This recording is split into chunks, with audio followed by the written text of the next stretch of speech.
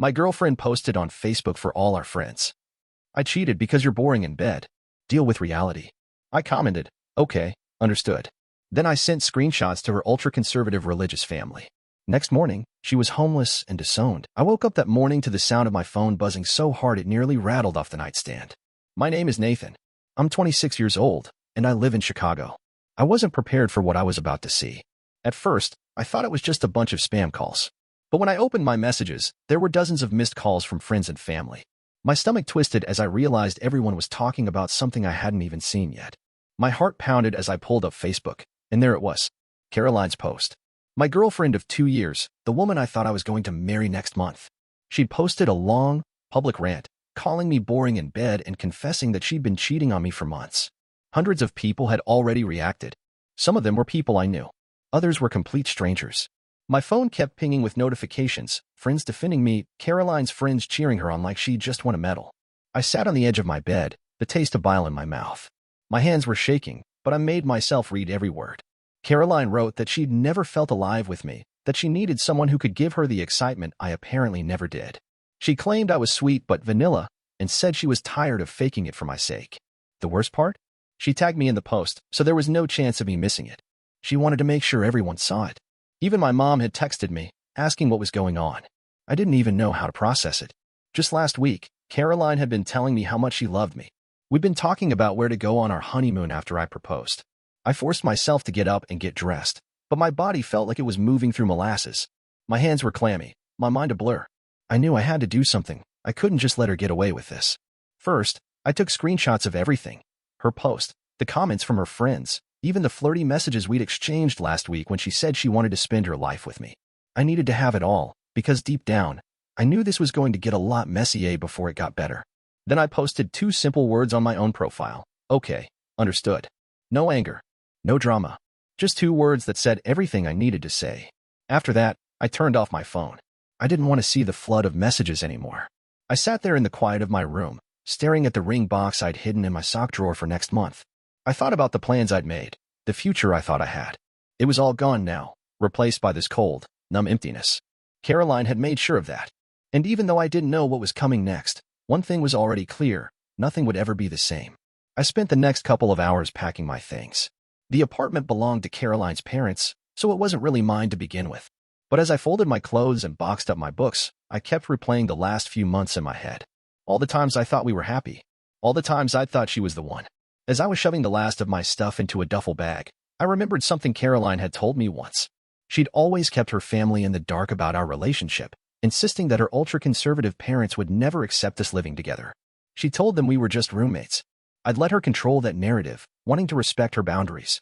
Now, I saw it for what it was: another lie to protect her image, another way to keep me out of the picture. That's when the idea hit me. I sat down at my desk and opened my laptop. My hands were steady now. I was done being the quiet, understanding boyfriend. Caroline had played her cards, and it was time for me to play mine. I started with the screenshots, her post, the comments, the sweet messages she'd sent me just last week. Then I added pictures of us from parties, pictures she'd told her parents were from Bible study events. She'd laughed about it at the time, thinking it was funny to fool them. I put everything together in a digital folder, neatly labeled, time-stamped, no detail left out. Caroline's betrayal in high definition. I took a deep breath and sent the folder to her parents. I didn't add a message. I didn't have to. The pictures and screenshots said it all. Then I sent it to her older brother, Caleb, the one who was studying to be a pastor. I knew exactly how much this would destroy the image she'd worked so hard to create. But I didn't feel guilty. Not for 1 second. When I was done, I sat back and looked around the room one last time. This apartment had been Caroline's world, not mine. I'd always felt like a guest here, even when she said she loved me. Now, I was just a footnote in her carefully constructed life. I loaded the last box into my car and drove away. The city felt different, like it had been scrubbed clean of all the lies I'd let myself believe. I found a cheap motel on the edge of town and checked in for the night.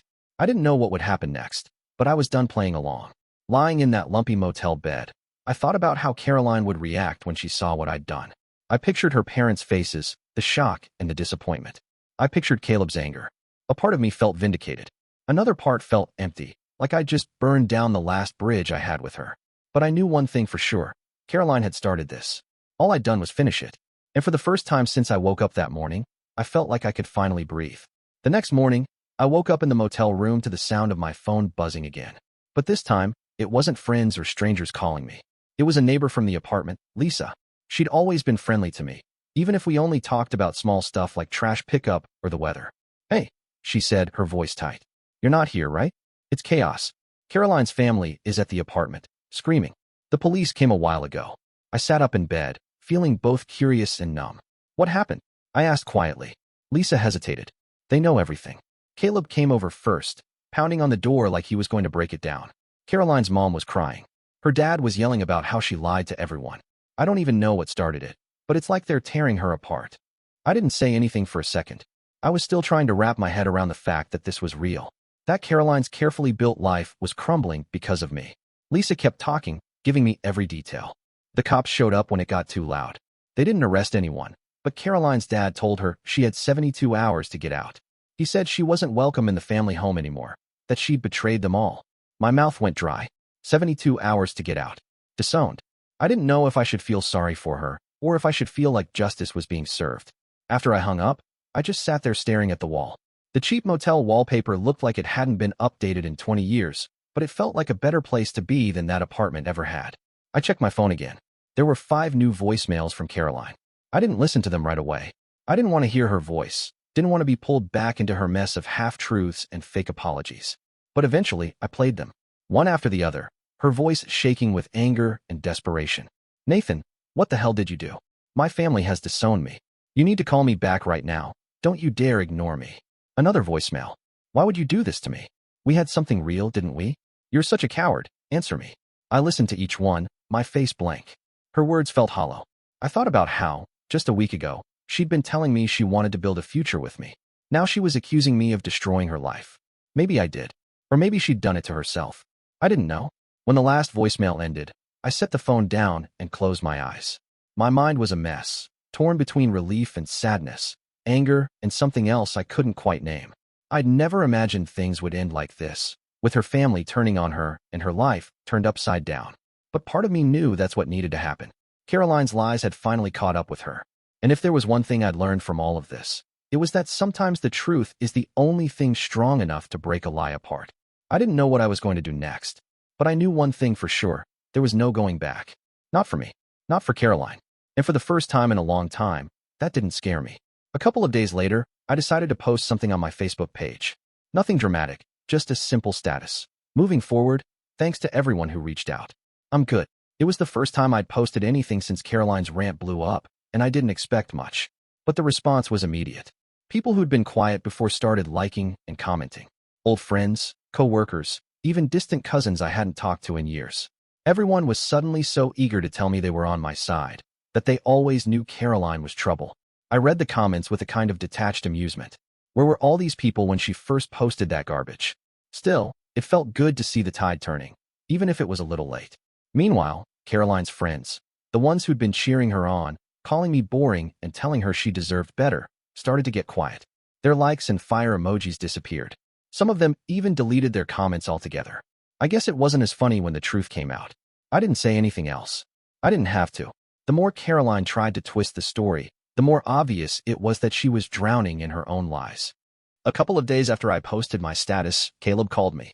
I was surprised. He'd never reached out to me before. "Nathan," he said, his voice tight, "just wanted you to know Caroline is staying with her friend Emily right now. Emily's hosting her until she figures things out." I didn't say anything. I could hear the disgust in Caleb's voice when he said Emily's name. Like he didn't really buy into this new "Emily's a good friend" act. Later that night, I found out Emily and Caroline had started telling a different version of the story. They were saying I'd been financially abusive, that I'd controlled Caroline's money and forced her to stay with me. They painted me as some manipulative creep who used money to trap her. I almost laughed when I read it. Me, financially abusive? The only money that had ever been spent in that apartment was mine, paying rent to her parents, buying groceries, fixing the shower when it broke because Caroline didn't want to ask her dad for help. But the real joke was that people weren't buying it. Not anymore. My screenshots had done their job. No one believed Caroline's lies. The same friends who'd egged her on were the ones backing away now, like they didn't want to be associated with her drama. I didn't post anything else. I didn't have to. Caroline's lies were falling apart on their own, and I didn't feel the need to pick up the pieces. That night, I sat on the edge of my motel bed, scrolling through my phone. Watching her world crack open felt like a strange kind of justice. I didn't want her to suffer. Not really. But I wanted her to see what it felt like when someone took control away from you, when the truth turned out to be more powerful than any story she could make up. I put my phone down and turned off the light. For the first time in a long time, I felt calm. Like the worst was over. And maybe, just maybe, the best was still ahead. A week later, I was at work when the receptionist buzzed my desk. "Nathan, there's someone here asking for you. Says she needs to return your key." I felt a jolt of unease, but I kept my voice calm. "Tell her I'm busy." She hesitated. "She's pretty insistent." I closed my eyes for a second, then nodded. "Fine. Tell her I'm not available and she can leave it with you." I knew it was Caroline. Of course it was. She'd found a new angle, pretending she had to see me for some practical reason, like a key to an apartment we never even shared. I wasn't going to play along. A few minutes later, I heard the commotion in the lobby. Caroline's voice, loud and shrill, cutting through the office hum. "I need to see Nathan. He can't just hide from me. He's the one who ruined my life." I stayed in my office, listening as the receptionist tried to calm her down. But Caroline wasn't going to be calmed. I could hear her shouting, calling me a manipulator, a liar, an abuser. She was saying it loud enough that everyone in the office could hear. I felt a weird sense of detachment, like I was watching it all from a distance. My coworkers were already whispering, but I didn't care. Caroline had already burned everything to the ground. I had nothing left to lose. Eventually, security stepped in. I could see the footage later, when my boss pulled me into his office. Caroline, red-faced and wild-eyed, screaming that I'd stolen her future, that I'd made her life unlivable. She looked like a stranger to me. My boss closed the security footage and turned to me. "I also got this," he said, sliding his laptop across the desk. It was an email, anonymous, but the IP address traced back to Emily's apartment complex. A long list of lies about me, accusations of abuse, manipulation, all of it meant to ruin my career. I felt my shoulders tense, but my boss just shook his head. "We don't believe any of it," he said. "Your work here speaks for itself. Take the rest of the week off, with full pay. Let this die down." I nodded, relief washing over me. "Thank you," I said softly. He just gave me a tight smile. "Take care of yourself, Nathan." When I walked out of his office, I felt lighter than I had in weeks. Caroline had tried to drag me down, to destroy everything I'd built. But the truth was stronger than her lies. That night, I lay in bed and thought about everything that had happened. The way she'd screamed in my office lobby, the way she tried to turn my own friends and coworkers against me. And I realized something. She was desperate because she'd lost control. And I was finally free.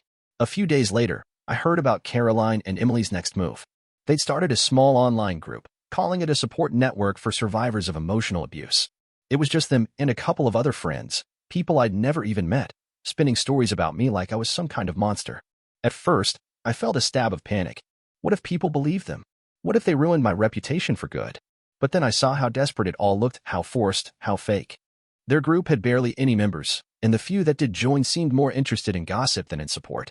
Caroline even threatened me with legal action. She claimed her uncle was a lawyer and he'd sue me for $50,000 in damages for emotional distress. When I told my best friend Tom, who'd been my rock through this whole mess, he actually laughed. "Nate, her uncle's a real estate lawyer," Tom said, grinning. He couldn't care less about some drama between his niece and her ex-boyfriend. Besides, she doesn't have a leg to stand on. That made me feel better than anything else could. Knowing Caroline had nothing but empty threats. She didn't stop there, though. She tried to organize a protest outside my apartment building, calling me an abuser and a manipulator. She and Emily showed up with a few homemade signs and a Bluetooth speaker blasting sad music, but there were only 4 or 5 people there. It looked more like a failed garage sale than a real protest. The real turning point came when Mrs. Park, my elderly neighbor, poked her head out of her window. She'd always liked me. I used to help her carry groceries up the stairs when Caroline was too busy taking selfies. Mrs. Park took out her phone and started filming the so-called protest, narrating in her calm, grandmotherly voice how these girls were making up stories because they got caught in their lies. She posted the video to her Facebook page, and it went viral within hours. People in the neighborhood rallied around me. They knew me.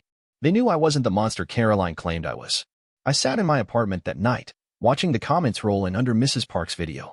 It was surreal, strangers and old friends calling out the truth, tearing down Caroline's lies one by one. For the first time, I felt like I wasn't alone. Caroline's web of deceit was falling apart, and there was nothing she could do to stop it. I leaned back on my couch, phone in hand, and let out a long breath. The fight wasn't over yet, but the worst of it was behind me. And as the night wore on, I realized something important. I didn't owe Caroline anything anymore. Not my silence. Not my forgiveness. Not my peace of mind. I was done letting her control the story.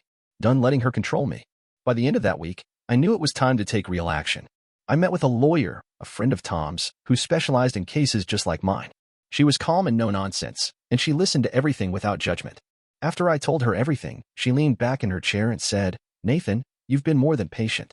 Let's put an end to this once and for all." She helped me file a restraining order. Caroline had shown up at my apartment again, pounding on the door and calling me every name in the book. This time, the police didn't just send her away with a warning. They arrested her for harassment. Watching her being led away in handcuffs was surreal. Part of me still remembered the girl I fell in love with, the one who used to sing along to the radio in the car and talk about our future like it was already written. But that girl was gone, replaced by someone who tried to destroy me just to save face. My lawyer didn't stop there. She drafted cease and desist letters to Caroline, Emily, and every single member of their little Facebook group. Within a day of receiving those letters, the group disbanded completely. Caroline's lies crumbled faster than I could have ever hoped. A couple of days later, Caroline's father called me. I was surprised to see his name pop up on my phone, but I answered. He started off with an apology, his voice low and tight like it hurt him to say the words. "We're sorry, Nathan," he said. "We should have known she was lying. We raised her better than this. We want to make it right. We can pay you back for the trouble she caused." I cut him off. "I don't want your money," I said. "This was never about that." He paused, then let out a slow breath. "I understand. I just wanted to say, I'm sorry." It felt weird hearing that, but also final. Like a chapter had closed. Caroline's last move was almost laughable. She set up a GoFundMe, claiming she needed help for her recovery from an abusive relationship. I didn't even have to report it. Other people did it for me. The page was gone in hours. When the last notification about Caroline disappeared from my phone, I just sat there in my apartment, staring at the screen. The war was over. The lies, the manipulation, the drama, it was all done. I felt like I could finally breathe again. A month later, I moved into a new apartment in a quieter part of the city. It was smaller, cozier, nothing fancy, just a place that felt like mine. No ghosts of Caroline's laughter in the kitchen, no memories of her sweet words that had turned to poison. Just me and a fresh start.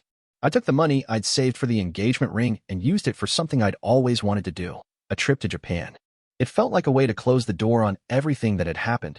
Caroline, her lies, all the chaos. I booked a 2-week trip and didn't look back.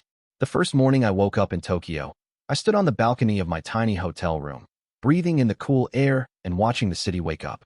It was a different kind of quiet from Chicago, a kind of peacefulness I hadn't felt in years. I spent those days wandering the streets, eating ramen in small shops, getting lost in alleys lined with paper lanterns. I didn't think about Caroline or about what she'd done. I just let myself exist, for once. No drama, no anger, just me. When I came home, I spent more time with the people who'd really been there for me. Tom, who'd laughed off Caroline's threats and helped me find the right lawyer. My old college friends, who checked in on me after everything went public. Even Mrs. Park, who dropped off a plate of homemade cookies one evening just because she thought I could use a smile. And I thought about Caroline, too.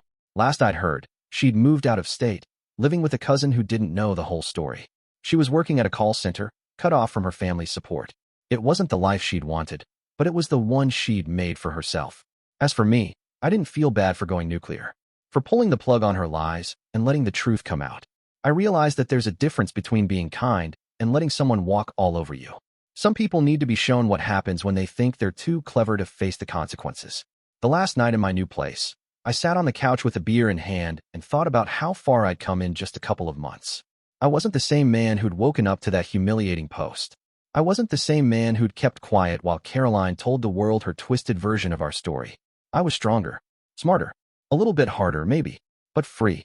I turned off my phone and leaned back, letting the silence of my apartment wrap around me like a blanket. I thought about everything that had happened and smiled, just a little. Never let someone destroy your peace without consequences. That was the lesson, and I knew, no matter what came next, I'd never forget it.